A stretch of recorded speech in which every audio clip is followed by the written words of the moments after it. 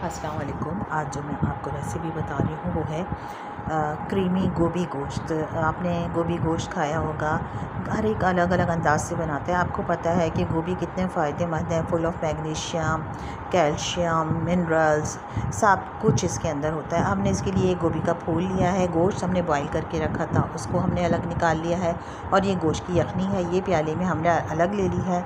नमक, मिर्च, हल्दी, धनिया हमने ले लिया है और हमने लिए हैं साथ 2 टमाटर और 2 चम्मच हमने लहसुन अदरक पिसा हुआ।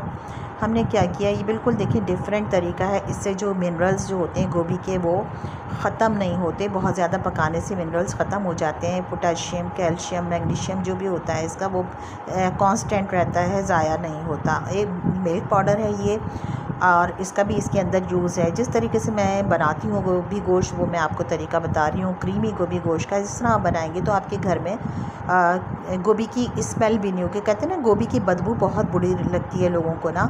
तो हमने क्या किया कि हमने ग्राइंडर के अंदर छोटे छोटे पीसेस करके, मोटे मोटे पीसेस करके गोभी के डाल दिए तोड़ के। इसमें 2 हरी मिर्चें डाली हैं, 1 चम्मच हम इसमें डाल रहे हैं मिल्क पाउडर का।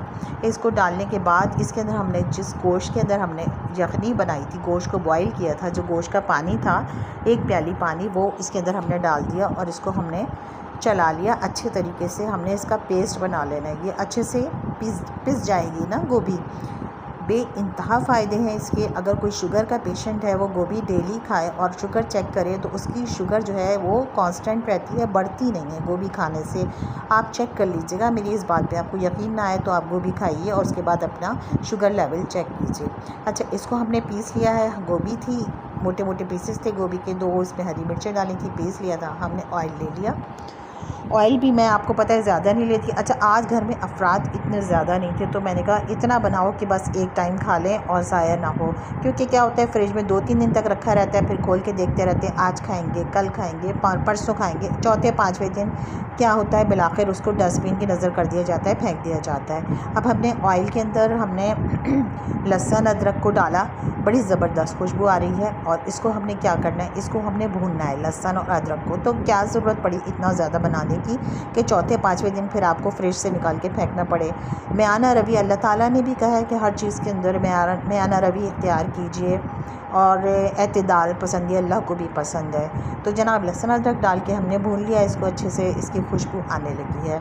इसके बाद हमने क्या किया कि हमने 2 टमाटर काटे हुए थे वो हमने इसके अंदर टमाटर डाल दिए। टमाटर डाल के भी अच्छे से हमने भून लिया। इनको अच्छे से थोड़ा भूनने के बाद हमने इसको ढक दिया ताकि टमाटरों का जो पानी है उसके अंदर टमाटर गल जाए। इसको हमने ढक दिया है और इसको हम ढक के छोड़ देंगे थोड़ी देर के लिए।